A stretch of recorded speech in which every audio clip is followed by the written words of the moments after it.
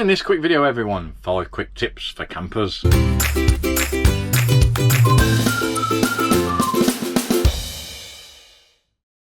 Before we carry on with this video everyone, I just want to say a huge hi to all of our new viewers that may be watching this as the first video on the Live for Travel channel. My name is Paul, and along with my wife Fran, my son Oliver and my daughter Alice, we post regular YouTube videos for everything to do with van life, whether it be campervan or motorhomes. It could be hints and tips, it could be campsite reviews, and everything in between. Either way, if that sounds like your thing, why not scan the QR code that's above my head there now with a smartphone or tablet, or look for a link at the end of the video. Either way, subscribing to the channel is completely free and we value your support. Right, let's press on. So the first one on this video is window locks. Now, most window locks on campervans, and certainly on nearly all motorhomes, are all much of a muchness. They're all pretty much the same. I'll put a little inset video of ours in now.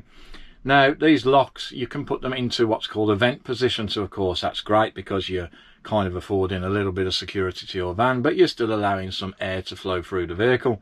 That's fine, but what you must not do is drive the vehicle with any of these windows on vent.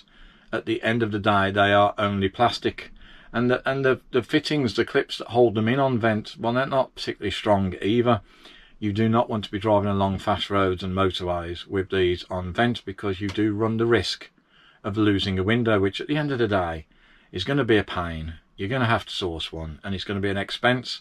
Please make sure before you drive your vehicle that all of these windows are shut tight. Sticking with locks, the next one, well, these locks you see on the majority of motorhomes, everyone, and normally they're absolutely fine, but sometimes there's a bit of a knack to get them to lock, because effectively, and I'll put a little inset video in now, you have to turn the knob, the handle, or whatever you want to call it, and then you have to close it. It has to click in the locked position.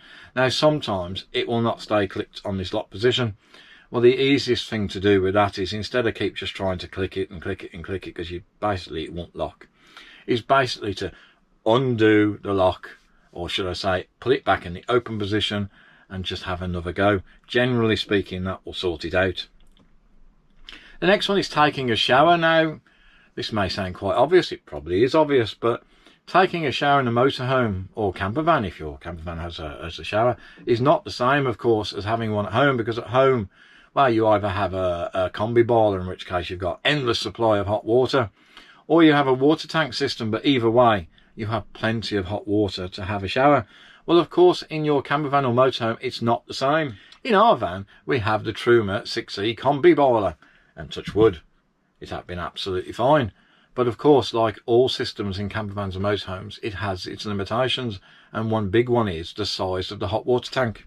So our system has a 10-litre capacity. Now, 10 litres may not sound like a lot of hot water. That's because it isn't, of course. Now, remember, when you're having a shower, you're not just purely using hot water from the hot water tank. It will be mixing with some cold fresh water too. However, it's still not going to be a lot of water. It's not going to be a long shower. Certainly nothing compared to what you would have at home.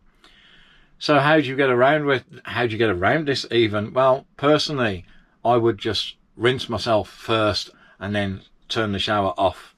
Then I'd use soap, and then I'd turn the shower back on to wash that soap off. At the end of the day, you just need to be considering how you're going to conserve water having a shower.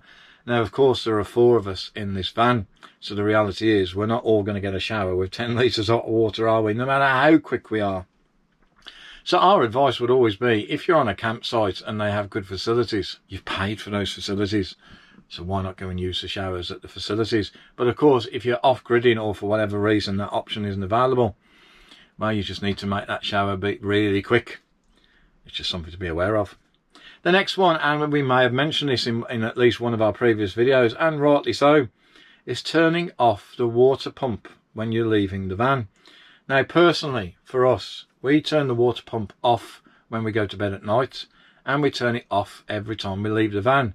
Why do we do this? If you leave the van for any period of time and you've left the water pump on, then of course, if a fault develops in any part of that water system after where the pump is located, well, that pump's just going to keep pumping until there's no more water left.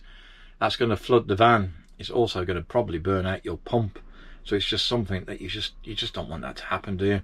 So it's always good practice to make sure that you turn the water pump off when leaving the vehicle. We also do it at night when we're going to bed, but that again, okay, maybe is a little overcautious, because ultimately if the pump suddenly started running, you could argue that you would wake up. We just prefer the fact that we know it's off and we haven't got to think about it. The next one is, what does this red dot mean? Which is on many TV aerials that can be fitted to campervans and motorhomes, and it's fitted to ours. Well, if you look inside the cupboard of our Roller Team motorhome, you'll see the pole that is effectively, of course, the bottom half of the TV aerial on this van, but it has a red dot on it. What does it mean? You shouldn't be able to see that red dot at the point that you're intending to drive the van. So what I mean by that is, the red dot should be turned away from where you can see when you are going to be driving along in your van. The aerial is designed to be in a certain position while you're driving on the roads and the motorways, etc. Now, I would argue it's a pity they don't put a green dot on the correct side, because at the end of the day, if you wanted to be absolutely accurate, you can't really see if that red dot is perfectly facing forward, which on our van it needs to be.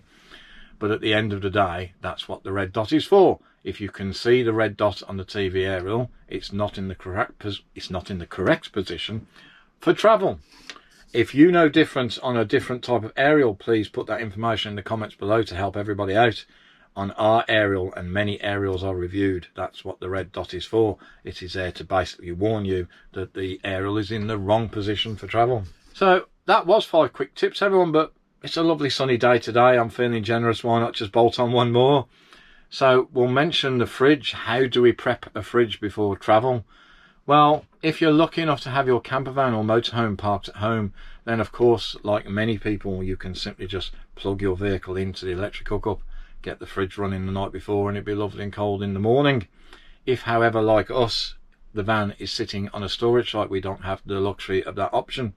So what do? Well, we just simply bring some freezer blocks, and we place those freezer blocks on the middle shelf of the fridge, and we typically put any fresh meat where the freezer blocks are, and then by the time we've travelled to wherever it is that we're going to stay, well, the fridge is cooling down nicely. It just means everything stays nice and cool in the fridge whilst the fridge is doing its job. That's it then, everyone. But before you go, I just wanted to share this little note.